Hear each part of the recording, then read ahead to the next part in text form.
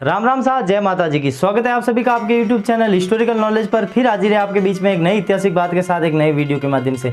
सज्जनों, बात करेंगे आज भूमिया जी महाराज के बारे में। कौन है भूमिया जी महाराज, क्यों की जाती है इनकी भारत भूमि के अंदर पूजा।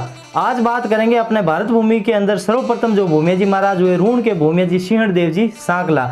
रूण जो नागौर जिले में स्थित है, रूण गांव जिसका प्राचीन काल में नाम तांबावती नगरी था और बाद में उसका नाम बदलकर कोयलापाटन रखा गया। कोयलापाटन के राजा अनंतराज जी के घर भूमिया जी महाराज का जन्म हुआ था। विक्रम संवत 1271 में आसोद शुद्धि 14 को सोमवार के दिन भूमिया जी महाराज का जन्म हुआ था। इनकी माता सोलंकी रानी थी। जब भूमिया जी महाराज का जन्म हुआ तब महल के अंदर जोशी जी को बुलाया गया। जोशी जी को बुलाकर पूछा गया कि इस बालक के आप नक्षत्र बताइए, कौन सी घड़ियों में कौन से नक्षत्रों में इस बच्चे का जन्म हुआ है और आगे जाके इसका क्या जीवन फल रहेगा। जब जोशी जी महाराज महल के अंदर आते हैं और अपनी पाटी पोती खोल कर देखते हैं तो उन्हें पता चलता है कि भाई ये बालक तो बहुत ही तेजस्वी है, आगे जाकर ये बहुत ही बड़ा शूरवीर योद्धा होगा। तब वो उनके परिवार वालों को बताते हैं कि इस बालक का नक्षत्र श्रवण नक्षत्र के अंदर आसोद शुद्धि 14 को सोमवार के दिन हुआ है। इस बच्चे का नाम सिंहदेव जी रखा जाए और ये बच्चा आगे जाकर भूमिया जी के नाम से विख्यात होगा, बिना सीज रण के अंदर लड़ाई लड़ेगा। तब उनके परिवार वालों को चिंता होती है कि भाई ये बच्चा तो अभी जन्मा है और जोशी जी ये पहले ब्राह्मण देव बता रहे हैं कि ये तो आगे जाकर मृत्यु को प्राप्त हो जाएगा रण के अंदर।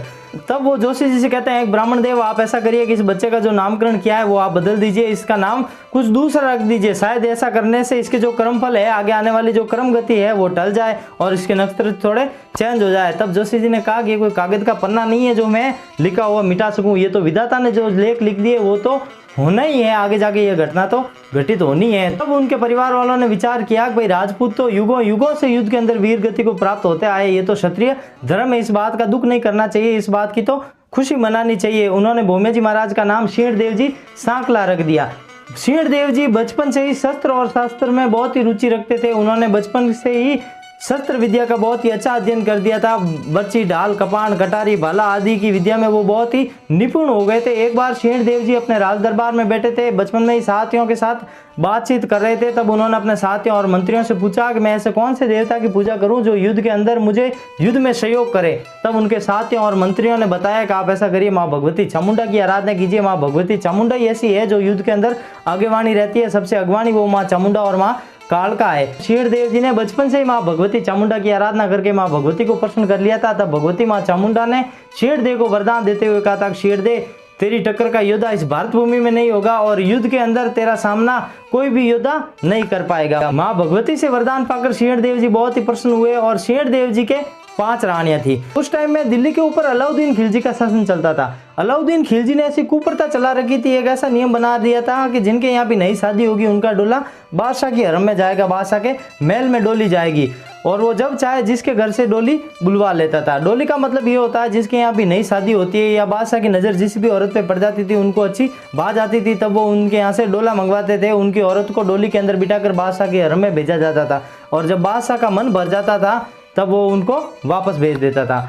ये क्रिया उस टाइम चल रही थी। तब उनको पता चला कि भाई सिंहदेव जी की रानियां हैं वो बहुत ही खूबसूरत है। तब बादशाह ने रानी पद्मिनी के ऊपर जैसी नजर डाली थी, उसी प्रकार से कोयलापाटन नगरी में सिंहदेव जी को ये संदेश भेजा कि आप ऐसा करिए, हमारे यहाँ पे डोला भिजवाइए, नहीं तो आप हमसे युद्ध करने को तैयार हो जाइए। तब सिंहदेव जी और उनके भाइयों के बीच में ये चर्चा हुई कि भाई बादशाह का संदेश आ गया, उन्होंने डोला भिजवाने को बोला है, हमें डोली भिजवानी पड़ेगी, अब क्या किया जाए। तब सिंहदेव जी ने कहा कि भाई मैं युद्ध करने के लिए तैयार हूँ, लेकिन मैं किसी भी हिंदू की लड़की को उसके यहाँ पे नहीं भेजूंगा। तब उनके भाइयों ने कहा कि भाई उसकी बादशाह की फौज बहुत बड़ी ज़्यादा है और आप उससे लड़ नहीं सकते, बादशाह की फौज का हम सामना नहीं कर सकते क्योंकि हमारी संख्या बहुत ही कम है। तब सिंहदेव जी ने अपने भाइयों से कहा था कि गज थके नी गज केसरी और मर्द थके नी मजबूत, सिंह थके नी सांकलो रणबंको रजपूत।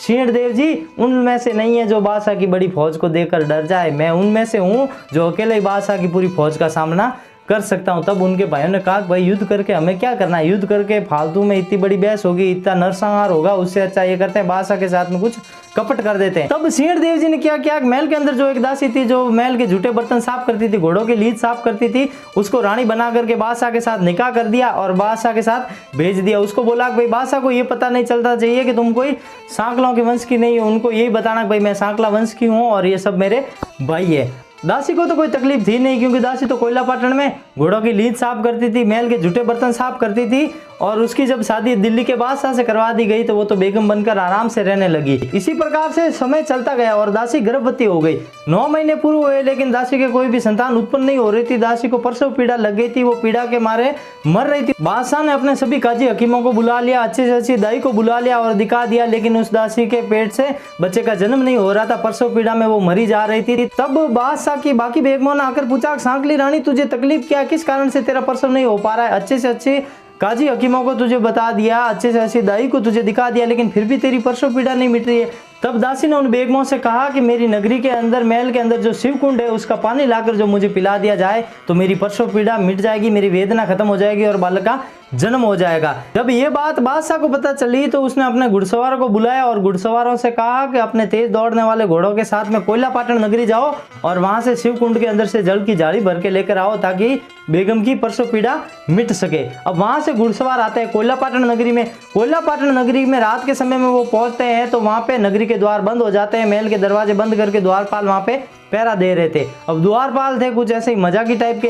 अब घुड़सवारों ने जाकर कहा कि सांकली रानी के प्रसव पीड़ा नहीं मिट रही है, उनकी वेदना खत्म नहीं हो रही है, आप ऐसा करिए कि दरवाजे खोलकर महल के अंदर से शिवकुंड से जल की जारी भर करके हमें दे दीजिए, हमें जल्दी से जल्दी वहां पे लेके जाना है। तब उनमें से एक द्वारपाल ने मजाक के अंदर जो गंदी नाली में पानी बह रहा था महल के बाहर जो आ रहा था वो पानी भरकर उनको दे दिया कि ये जो पानी है वो शिवकुंड के अंदर से ही होकर आ रहा, आप ये पानी लेकर जाओ और ऐसी सांकली रानियां चाहिए तो हमारे यहाँ 4-5 और बेटी उनको भी लेकर जाओ। बादशाह को बोलना उनका भी निकाह हम आपसे करवा देंगे। घुड़सवार वापस दिल्ली आते हैं और जारी के अंदर से पानी छानकर बेगम को पिलाया जाता है। पानी पीते उसकी प्रसव पीड़ा मिट जाती है, बच्चे का जन्म हो जाता है, लेकिन वो जारी के अंदर देखती है तो उसे थोड़ा कीचड़ नजर आता है। तब वो घुड़सवारों को बुलाकर पूछती है कि भाई इस पानी के अंदर कीचड़ क्यों है, शिवकुंड का पानी तो बहुत ही निर्मल और स्वच्छ है। तब उन्होंने कहा कि भाई ये जो पानी है वो नाली के अंदर से हमें निकाल के दिया गया कि ये पानी है वो शिवकुंड से होकर ही आ रहा है, महल के दरवाजे रात के टाइम में नहीं खोले जाएंगे। तब उस दासी के मन में ये चिंता हो गई कि अगर मैं भी किसी राजा की पुत्री होती, अगर सांकली रानी होती, उनकी बहन होती तो मेरे लिए रात के टाइम में महल के दरवाजे खोले जाते और मुझे ये नाली का पानी नहीं पीना पड़ता, मेरे लिए नाली का पानी भेज दिया। इस बात की उसे चिंता सताने लगी और वो रोने लगी। जब बादशाह को पता चलता है कि भाई उनके यहाँ कुंवर का जन्म हुआ है तब वो जाते हैं अपने शहजादों को देखने के लिए। बादशाह जैसे ही महल के अंदर जाता है तो वो देखता है कि रानी तो बैठी बैठी आंखों से आंसू बहा रही है। तब उनसे पूछा सांकली रानी आपको हुआ क्या है, तब भी कोई जवाब नहीं मिलता। फिर पूछते हैं सांकली रानी आपको हुआ क्या, क्या तकलीफ हुई, किस कारण से रोए, किसकी वजह से आपकी आंखों में आंसू आए, आप हमें बताए, हम उसका सर कलम कर देंगे। तब दासी ने कहा कि मैं कोई सांकली रानी नहीं हूं और बार बार मुझे सांकली रानी कहना बंद कर दीजिए, मेरी जात सांकला नहीं है, मैं तो एक दासी हूं जो उनके महल के अंदर झूठे बर्तन साफ करती थी और घोड़ों की लीड डालती थी, मुझे तो रानी बनाकर आपके साथ निकाह करवा के भेज दिया गया। ये बात सुनकर बादशाह आग बबूला हो गया और उसने महल के अंदर युद्ध के नगाड़े बजाने का आदेश दे दिया कि युद्ध की तैयारी की जाए, हम कोयलापाटन नगरी के ऊपर हमला करने वाले हैं। तब उनकी एक जो बेटी थी उन्होंने आकर समझाया कि आप क्या कर रहे हो पिताजी, अभी तो हमारे यहाँ पे बच्चे का जन्म हुआ है, मेरा भाई हुआ है और आप है जो युद्ध के नगाड़े बजा रहे हो, बात क्या हुई? खिलजी ने कहा कि मेरे साथ धोखा हो गया, मेरे साथ दासी की शादी करवा दी, मैं कोयलापाटन जाके सिंह देव का सर कलम कर दूंगा, इस धरती पे मेरे से बड़ा कोई शूरवीर योद्धा नहीं है। शहजादी ने कहा पिताजी आप सीधे ही कोयलापाटन नगरी के ऊपर हमला करने मत जाइए, मैंने सुना है सिंह देव सांकला बहुत ही बड़ा शूरवीर योद्धा है और उसको माँ भगवती से वरदान प्राप्त है कि भाई उसके सामने रण में कोई टिक नहीं सकता। तब बादशाह ने कहा मेरे से बड़ा शूरवीर योद्धा वो कभी हो नहीं सकता। तब शहजादी ने कहा कि हमारे जो सेनापति बदरुद्दीन है उनका धर्मेला किया हुआ है कोयलापाटन नगरी के अंदर, आप ऐसा करिए बदरुद्दीन शाह को भेज दीजिए। तब बादशाह को गुस्सा आ जाता है कि तू कब से हमारे शत्रु के गुणगान कर रही है, ऐसा कर तू भी बदरुद्दीन के साथ जा मर। ये कहकर खिलजी शहजादी और बदरुद्दीन दोनों को कोयलापाटन नगरी भेजता है सिंहदेव से बात करने के लिए। अब सिंहदेव से बात करने के लिए जब वो कोयलापाटन नगरी में आते हैं तब बदरुद्दीन उनको बताते हैं कि भाई आपसे लड़ने के लिए बादशाह की पूरी फौज आ रही है, बादशाह आपको लड़ने के लिए मरने मारने पे उतारू हो चुका है, आपने उनके साथ धोखा किया है, आप ऐसा करिए बादशाह के यहाँ डोला भिजवा दीजिए। तब सिंहदेव ने कहा कि मैं मर जाऊंगा लेकिन बादशाह के यहाँ पे डोली नहीं भिजवाई जाएगी, मैं डोला नहीं भिजवाऊंगा। तब सेनापति ने कहा आप मेरी बात मान लीजिए, ऐसा कीजिए आप उनकी शादी करवा दीजिए किसी से, नहीं तो फालतू में नगरी के अंदर खून खराबा होगा, निर्दोष लोग मारे जाएंगे। तब सिंहदेव ने सेनापति को कहा कि लागे कुड़ में दाग दिल्ली डोला भेजता, अरे सिंह खाल मणधर मणि नहीं कोई जिंदा लेवता। शेर की खाल कभी कोई जीते जी नहीं ले सकता, जब तक शेर जिंदा है उसकी कोई भी खाल नहीं उतारी जा सकती और मणधर की मणि कोई भी नहीं ले सकता जब तक कि वो नाग जिंदा है, और जब तक मैं जिंदा हूं उसी प्रकार से दिल्ली के अंदर डोला नहीं भिजवाया जाएगा और बादशाह यहाँ आकर किसी भी हिंदू स्त्री के साथ में निकाह नहीं कर सकता, ये मेरा वचन है। तब सेनापति सिंहदेव से कहते हैं कि आपको बादशाह ने दिल्ली बुलवाया, आप ऐसा करिए हमारे साथ में दिल्ली चलिए। तब सिंहदेव जी सेनापति के साथ में दिल्ली जाते हैं और दिल्ली जब अलाउद्दीन खिलजी ने उनसे कहा कि आप हमारे यहाँ पे डोली भिजवाइए, नहीं तो लड़ने के लिए तैयार हो जाइए, मरने के लिए तैयार हो जाओ। तब सिंहदेव ने कहा कि मैं लड़ने मरने के लिए तैयार हूँ, लेकिन युद्ध के डर से मुझे मत डराओ, मैं डरने वालों में से नहीं हूँ, तुम्हारे दिल्ली में डोला नहीं भेजा जाएगा। तब बादशाह ने कहा ठीक है, डोला नहीं भेजा जाएगा, पहले के हमारे यहाँ पे संबंध है। सेनापति ने कहा भाई मेरे भी धर्मेला किया हुआ है, आप मेरी तरफ देखिए। तब अलाउद्दीन खिलजी ने कहा ऐसी बात है, डोला नहीं भिजवाते, मान लिया, लेकिन एक आदेश तुमको मानना होगा कि तुम्हारी जो रानियां है, मैंने सुन रखा है वो बहुत ही खूबसूरत है, मुझे खाली उनका एक बार रूप दिखा दो। तब सिंहदेव जी ने कहा कैसी बात कर रहे हो तुम, रूप दिखाने की बात करता है तू दिल्ली का नवाब होकर के, तो मेरी बात कान खोल के सुन ले कि शायद भगवान सूर्य पूर्व से उगे और पश्चिम में मेरी रानी महल पे खड़ी और उसकी छाया गिर रही हो।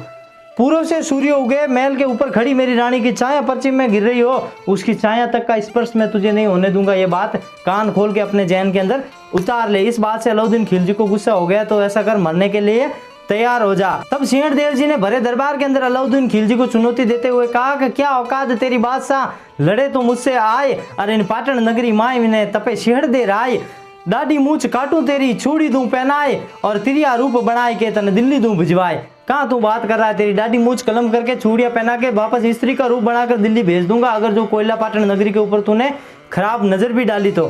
ये बात सुनकर अलाउद्दीन खिलजी क्रोध से आग बबूला हो गया और उसने कहा फिर जा युद्ध की तैयारी कर, मैं अब आकर कोयला पाटन नगरी से ही तुझे बंदी बनाकर लाऊंगा और मुझे मौत के घाट उतार दूंगा। तब सिंहदेव जी वापस अपने कोयला पाटन नगरी में आते हैं और आकर अपने भाइयों के बीच में जजम डाल के बैठते हैं और उनसे बातचीत करते हैं कि भाई ऐसा है, अब युद्ध की तैयारी कर लो, मरने मारने के लिए तैयार हो जाओ। अब उनके भाइयों ने कहा सिंहदेव ये तूने क्या कर दिया, इससे अच्छा तो किसी की शादी करवा के बादशाह का निकाह करवा देते और उनके यहाँ पे डोला भेज देते, अब फालतू में खून खराबा होगा। तब सिंहदेव ने कहा कि मेरे जीते जी अगर हिंदुआनी चली जाए तो मेरा जीना व्यर्थ है। उधर बदरुद्दीन और शहजादी अलाउद्दीन खिलजी को समझाते हैं कि आप ऐसा करिए पिताजी, आप एक नगरी से अगर डोला नहीं मंगवाएंगे तो आपको क्या फर्क पड़ जाएगा, हमारे पहले भी संबंध रह चुके हैं, सेनापति के भी वहां पे धर्मेला किया हुआ है, आप ऐसा काम मत करिए। तब बादशाह ने कहा ऐसा करो तुम दोनों भी मर जाओ सिंहदेव के पीछे, नहीं तो तुमको भी मौत के घाट उतार दूंगा। उनको राज से बाहर निकाल दिया गया। तब शहजादी और बदरुद्दीन वापस घोड़े पे सवार होकर के कोयला पाटन नगरी आ जाते हैं सिंहदेव की शरण में। अब सिंहदेव को आकर कहते हैं भाई युद्ध का ऐलान हो चुका है, अब मेरे पिताजी है वो फौज लेकर आ रहे हैं। सिंहदेव जब ये बात सुनता है तब सोचता है भाई मेरे भाई तो कोई युद्ध में लड़ने को तैयार ही नहीं है। वो अपने भाइयों से बात की, भाई ने कहा भाई हम तो नहीं लड़ सकते क्यों, बादशाह की फौज है बहुत ही बड़ी। तब उनके भाइयों ने कहा सिंहदेव अलाउद्दीन खिलजी की नौतुंबा फौज है, टोटल 22 लाख की फौज अलाउद्दीन खिलजी के पास है और हम तो मुट्ठी पर है, हम क्या उसके सामने टिक पाएंगे, हम तो युद्ध नहीं करने वाले हैं। तब सिंहदेव ने कहा भाई आप कैसे राजपूत हो जो युद्ध से मुंह फेर रहे हो। इस बात का गुस्सा जब सिंहदेव को अपने मन के अंदर आ जाता है, वो जाकर माँ भगवती के मंदिर में पूजा करने लग जाते हैं और माँ भगवती से कहते हैं कि माँ ये कैसी परीक्षा की घड़ी है कि मेरा परिवार मेरे साथ में नहीं है, मेरे कोई भाई मेरे साथ लड़ने को तैयार नहीं हो रहे, अब मेरे पास भी कुछ बचा नहीं है। तब माँ भगवती को वो कहता है कि ऐसा है कि मेरे जीते जी अगर हिंदुआनी चली जाए इससे अच्छा तो मेरा मरना ही बेहतर है, मैं मर जाऊंगा युद्ध के अंदर काम आ जाऊंगा, लेकिन मरूंगा तो सूरवीरता के साथ लड़ते लड़ते। ये कहकर सिंहदेव अपना शीश काट देते हैं और शीश काटकर माँ भगवती के चरणों में रखने ही वाले थे, उससे पहले माँ भगवती चामुंडा प्रकट हो जाती है। कहा सिंहदेव ये कैसी गलती कर रहा है, अरे सिंहदेव तू अगले जन्म का जगदेव परिवार है जिसने शीश का दान दिया था। तब सिंहदेव जी से माँ चामुंडा ने कहा बेटा अब इतना भी विश्वास नहीं रहा मुझ पर, अरे थोड़ा मन में धैर्य रख, जब फौज आएगी ना तब 64 जोगनियों 52 भैरू और 52 वीरों के साथ में माँ भगवती खुद तेरे साथ में युद्ध लड़ने के लिए उतरेगी मैदान के अंदर, तू चिंता करनी छोड़, ये शीश ले जाकर अपनी माँ को दे देना और उनको बोलना कि ये शीश धरती के ऊपर ना रखे। तब सिंहदेव जी जाकर अपना शीश हाथ में लेकर माँ को दे देते हैं कि माँ ये मेरा शीश पकड़ और मेरा सिर धरती के ऊपर मत रखना जब तक मैं युद्ध लड़के वापस ना आ जाऊं। उधर कोयला पाटन नगरी को चारों तरफ से बादशाह की फौज ने घेर लिया। 22 लाख की फौज थी सजना, लेकिन मैं ये नहीं कहता 22 लाख की फौज, इतिहास ऐसा कहता है, रूणगढ़ का वहां पे जाके देखा तो ये पता चलता है कि भाई 22 लाख की फौज थी उस टाइम में। मैं ये कहता हूँ 22,000 की फौज थी, 22,000 भी छोड़ो 2200 जने थे, लेकिन 2200 जनों पे भी एक बंदा भारी पड़ गया। ये कितनी महान शूरवीरता की बात है। 22,000 की फौज तो आप मानकर चलो। जब सिंहदेव जी युद्ध के लिए रवाना हुए तब उनकी रानियों ने कहा कि भाई आप तो युद्ध के लिए वीर गति को प्राप्त होने को जा रहे हैं अपना शीश उतार के, और हम यहाँ पे जिंदा रहकर क्या करेंगे, हम भी आपके पीछे सती हो जाएंगे, आप ऐसा करिए अपने हाथों से हमारे भी शीर उतार के जाइए। तब सिंहदेव जी ने तलवार से 5 रानियों के मस्तक उड़ा दिए थे और 5 रानियों के कुमकुम के हाथों के निशान महल की दीवारों पे बन गए थे। ये माजरा जब शहजादी ने देखा तो उसने मन में सोचा कि मैं पीछे जिंदा बचकर क्या करूंगी। उसने शेरदेव से कहा कि मैंने मन ही मन तुमको अपना पति मान लिया है, अगर अपनी 5 रानियों के शीश उतार दिए तो मेरा भी शीश उतार कर जाओ। तब शेरदेव ने शहजादी का भी सिर कलम कर दिया, शहजादी का शीश उतार दिया। 5 रानियों के हाथों के कुमकुम के निशान बन गए थे और जो छठी थी शहजादी उसके हाथ का मेहंदी का निशान वहां पे महल की दीवार पे बन गया था। उन 6 सतियों के हाथों के निशान आज भी रूणगढ़ की दीवारों पे मौजूद है। रानियों के शीश उतारकर शेरदेव युद्ध में लड़ने के लिए तैयार हो गए। निकलने को जैसे रवाना हुए तब बदरुद्दीन भी उनके साथ में रवाना हो गया, जो बादशाह का सेनापति था खिलजी का। उसने कहा भाई मेरे यहाँ पे धर्मेला क्या हुआ है, और भाई एक मुसीबत में और दूसरा नहीं चले, ऐसा हो नहीं सकता। सजनों, हम जातिवाद की बात करते रहते हैं, हम हिंदू हैं तुम मुसलमान हो, इस बात को लेकर आए दिन इस देश में दंगे होते रहते हैं, लेकिन हिंदू मुस्लिम की एकता के हजारों किस्से इस धरती के ऊपर घटित हो चुके हैं, जिनके बारे में हमें कभी बताया भी नहीं गया और जिनके बारे में कभी हमें पढ़ाया भी नहीं जाता है। ऐसा ही एक किस्सा कोयलापाटन नगरी में भी घटित हुआ था, जब बदरुद्दीन जो बादशाह का खास सेनापति था अलाउद्दीन खिलजी के सामने लड़ने को तैयार हो गया था अन्याय के विरुद्ध शेरदेव सांकला के साथ में। शेरदेव जी और बदरुद्दीन रण मैदान के अंदर जाते हैं, तब बादशाह कहता है कि शेरदेव अकेला आ गया तुम लड़ने के लिए, तुम 2 जने हमसे क्या लड़ पाओगे। शेरदेव ने कहा मैं अकेला ही तुम्हारी सारी फौज के लिए काफी हूँ, वो चिंता तू छोड़ दे। तब शेरदेव माँ भगवती का आह्वान करते कि माँ भगवती मुझे अब आपकी जरूरत है, आप रण मैदान में मेरी लाज रखो। भगवती चामुंडा 52 भैरू 64 जोगनियों 52 वीरों के साथ में युद्ध में लड़ने के लिए शेरदेव के साथ आ जाती है, अपनी पावर शेरदेव जी को दे देती है। शेरदेव सांकला और बादशाह की सेना में बहुत ही घमासान युद्ध हुआ, मारकाट हुई, हजारों के शीश शेरदेव सांकला ने उठा दिए, सेना का नरसंहार करना शुरू कर दिया। खून से पूरी धरती लाल हो गई, रक्त की नदियां बहने लगी, बादशाह की सेना के पैर उकड़ने लगे। भाई ये बिना सिर का आदमी तो सबको मार डालेगा। अपनी मौत को नजदीक आते देख अलाउद्दीन खिलजी के रोंगटे खड़े हो गए। उसे लगा कि अब शेरदेव मुझे जिंदा नहीं छोड़ने वाला, शेरदेव पक्का मुझे मारकर छोड़ेगा। तब बादशाह ने अपनी सेना के साथ भागने का विचार कर लिया, लेकिन शेरदेव ने उसकी फौज का भागते हुए भी पीछा किया और नरसंहार चालू रखा। आधे से ज्यादा फौज का जब कत्लेआम हो गया, सारी सेना को शेरदेव ने मार गिराया। शेरदेव ने भागते हुए अलाउद्दीन खिलजी को पकड़ लिया और उसके दाढ़ी मूछें काट दी और अलाउद्दीन खिलजी से कहा बता अब तेरे साथ क्या करूं, तेरा सिर काट के अलग कर दूं धड़ से।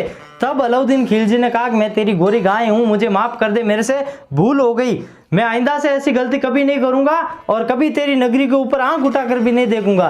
तब शेरदेव ने बादशाह को हाथों में छुड़ियां पहनाकर सिर के ऊपर चुंदड़ी उड़ाकर अलाउद्दीन खिलजी को वापस भेज दिया। हमने साहब इतिहास के अंदर सिर्फ बाबर, हुमायूं, अकबर की महानता के किस्से सुने, लेकिन ऐसे शूरवीरों की गाथा हमको इतिहास के अंदर नहीं पढ़ाई जाती है, क्योंकि अगर ये इतिहास हमने पढ़ लिया ना साहब तो हमारे शरीर के अंदर थोड़ी बहुत भी कायरता नहीं रहेगी। हर एक हमारी आने वाली जो पीढ़ी है वो सब की सब मर्द पैदा होगी। इसी डर से हमारे इतिहास को दबा दिया गया कि अगर हिंदुओं को कमजोर करना है तो उनका इतिहास मिटा दो। अगर वो अपना इतिहास ही नहीं जानेंगे तो उनके अंदर शूरवीरता, अमीरात, खमीरात, दातारी ये सब बातें आएगी कहां से साहब। इसीलिए हमारे इतिहास को दफन कर दिया गया, हमारे इतिहास को मिटा दिया गया। हम जो भी पढ़ते आए अकबर महान था, बाबर, हुमायूं, यही इनके बारे में जानते आए हैं, लेकिन ऐसे जो शूरवीर हैं रूणगढ़ के भूमिया जी हुए, शेरदेव जी सांकला, वीरमदेव सोनग्रा, इनके बारे में हमें ज्यादा कुछ नहीं पढ़ाया गया हमारे किताबों के अंदर भी। शेरदेव ने अलाउद्दीन खिलजी को तो औरत बना के छुड़ियां पहना करके वापस दिल्ली भेज दिया, उसको जिंदा छोड़ दिया, लेकिन इस युद्ध के अंदर बदरुद्दीन शाह है जो वीर गति को प्राप्त हो गए, इस युद्ध में काम आ गए, जिनकी मजार आज भी रूणगढ़ के अंदर स्थित है। वहां पे हर वर्ष मेला लगता है, हिंदू मुस्लिम एकता का प्रतीक है वो मजार। आज भी बाबा की दरगाह के ऊपर हिंदू मुस्लिम सभी जाति के लोग जाते हैं, पूरी रूण नगरी जाती है और अपना शीश नमाती है। इधर शेरदेव जी अलाउद्दीन खिलजी की फौज को हरा करके वापस अपनी नगरी कोयलापाटन की ओर बढ़ते हैं। रास्ते में गोवा गांव में आते वक्त में छिपा जो होते हैं रंगरेजा अपने कपड़े रंगने का कार्य कर रहे थे, और कपड़े रंगने का कार्य करते समय एक चीटा शेरदेव जी की धड़ को जाकर लग गया, जिसके कारण उनकी धड़ वहीं पे गिर गई। और इधर इस साइड में उनकी माता को ये लगता है कि भाई मेरा बेटा युद्ध में लड़ने के लिए गया है, सारी अलाउद्दीन खिलजी की फौज यहाँ से भाग चुकी है, तो अब मेरा बेटा युद्ध से वापस आ रहा होगा। उसने दासियों से कहा कि आप ऊपर चढ़ के देखो भाई मेरा बेटा आ रहा है कि नहीं आ रहा है। तब दासियों ने कहा कि भाई आपका बेटा तो हमें कहीं नजर नहीं आ रहा है, लेकिन खेतों के अंदर उनका भाला नजर आ रहा है, रेत का बवंडर बना हुआ है और घोड़े की हिन्नाट सुनाई दे रही है और उनका भाड़ा पलक रहा है बीच में से। तब उनकी माता उसको देखने की उत्सुकता के साथ में ही उनका शीश भूल में धरती पे रख करके महल के ऊपर चढ़ गई। इधर माता ने शीश धरती पे रखा और उधर उनकी धड़ को गुड़ी का चीटा लग जाता है और वो धड़ वहीं पे गोवा कांकड़ के अंदर गिर जाती है घोड़े से नीचे। तब वो शीश माँ को बोल के कहता है कि माँ तूने ये बहुत बड़ा अन्याय कर दिया, अगर तूने ये अन्याय नहीं किया होता तो मैं और कुछ इस धरती पे बड़ा नाम करके दिखाता, लेकिन अब ये धड़ और मस्तक वापस से मिल नहीं सकते, ये धड़ और मस्तक दोनों जुदा हो गए हैं। और मैं श्राप देता हूँ कि कोयलापाटन नगरी के अंदर सीपा, माली, रंगरेजा, सांकला ये जाति कभी नहीं बस पाएगी। तब माँ ने कहा बेटा ऐसा अन्याय मत कर। तब सिंहदेव ने कहा माँ आप इस कोयलापाटन नगरी का नाम बदलवा कर ऋण करवा देना। ऋण के अंदर ये जातियां आ तो सकेगी लेकिन स्थायी निवास कभी नहीं कर पाएगी, आ जा जरूर सकेगी। और बाद में वो नगरी ऋण के नाम से प्रसिद्ध हुई। नागौर में गोटन से 35 किलोमीटर दूर ऋण गांव स्थित है। वहां पे श्री भूमिया जी महाराज का बहुत ही बड़ा भव्य मंदिर बना हुआ है। ऋण नगरी के अंदर में भूमिया जी महाराज के शीश की पूजा की जाती है। और वहां से 25 किलोमीटर दूर गोवा गांव की काकड़ के अंदर, गोवा गांव के अंदर भूमिया जी महाराज के धड़ की पूजा की जाती है। सजनों ऐसे सूरवीर योद्धा जो राजस्थान की धरती पे हुए थे, इस भारतवर्ष की पावन भूमि धरा पे हुए थे, इन सूरवीर योद्धाओं को बार बार हम नमन करते हैं। और एक दंत कथा प्रचलित हो गई कि सूरमा चढ़िया गाया वाली वार, गायों रिवारों में शुरा हो गया। लेकिन सजनों भूमिया जी महाराज जो सर्वप्रथम राजस्थान की धरती पे हुए थे, ऋणगढ़ के भूमिया जी सिंहदेव जी सांकला हुए थे। उन्होंने गायों की वारें तो अपने जीवन काल में कई की थी, गायों को कई बार वो छुड़ा कर लेके आए थे। लेकिन वीर गति को विक्रम संवत 1311 में आषाढ़ सुदी पूर्णिमा को सिंहदेव जी सांकला वीर गति को प्राप्त हो गए और संपूर्ण भारतवर्ष में भूमिया जी के नाम से प्रख्यात हो गए। भूमिया जी महाराज की पूजा राजस्थान, गुजरात ही नहीं बल्कि समग्र भारत में की जाती है। भूमिया बाबा के नाम से भी वो जाने जाते हैं। आज भी आषाढ़ सुदी पूर्णिमा को, गुरु पूर्णिमा के दिन भूमिया जी महाराज का भव्य जागरण होता है और भव्य मेला लगता है। उनके जन्म दिवस के उपलक्ष्य में भी ऋणगढ़ में मेला लगता है। धन्य है वो शूरवीर जो गौ रक्षा के लिए, बहन बेटी की रक्षा के लिए अपने प्राणों की आहुति देती और सदा सदा के लिए अमर हो गए। और धन्य है ये राजस्थान की पावन धरा जहाँ पे ऐसे शूरवीरों का जन्म हुआ। हमारे आगे आने वाले वीडियो में हम भूमिया जी महाराज के मंदिर के संपूर्ण दर्शन करवाएंगे। सभी भक्तजन इसका लाभ ले सकेंगे, घर बैठे भूमिया जी महाराज के दर्शन कर सकेंगे। हम भूमिया जी महाराज के संपूर्ण मंदिर के दर्शन करवाएंगे, ऋण नगरी के आपको दर्शन करवाएंगे। इसलिए चैनल को सब्सक्राइब जरूर कर लेना और पास ही में बेल आइकन को जरूर दबा देना ताकि आगे आने वाले वीडियो की नोटिफिकेशन आपको समय पर मिलती रहे। अगर आपको ये वीडियो पसंद आया है तो वीडियो को लाइक कर देना, शेयर कर देना और कमेंट के अंदर जय भूमिया जी महाराज की लिखना मत भूलना। अगर हमसे इतिहास बताने में कोई त्रुटि हुई है, कोई भूल चूक हुई है तो आप हमें क्षमा कर देना। हमें भूमिया जी महाराज के बारे में जितनी जानकारी थी वो हमने अपने चैनल के माध्यम से आप लोगों तक साझा की है, अपने चैनल के माध्यम से आप लोगों को बता दिया। अगर आपको इसके बारे में कोई विस्तृत जानकारी हो तो आप कृपया करके कमेंट के अंदर जरूर बताएं, हम इसके बारे में जरूर विचार करेंगे और आगे आने वाले वीडियो में इसके बारे में जरूर बताएंगे। अगर आपको वीडियो पसंद आया तो लाइक, शेयर और सब्सक्राइब करना मत भूलना। तब तक के लिए जय माता जी की साथ, जय श्री ऋणगढ़ भूमिया, जय सिंहदेव जी सांकला की।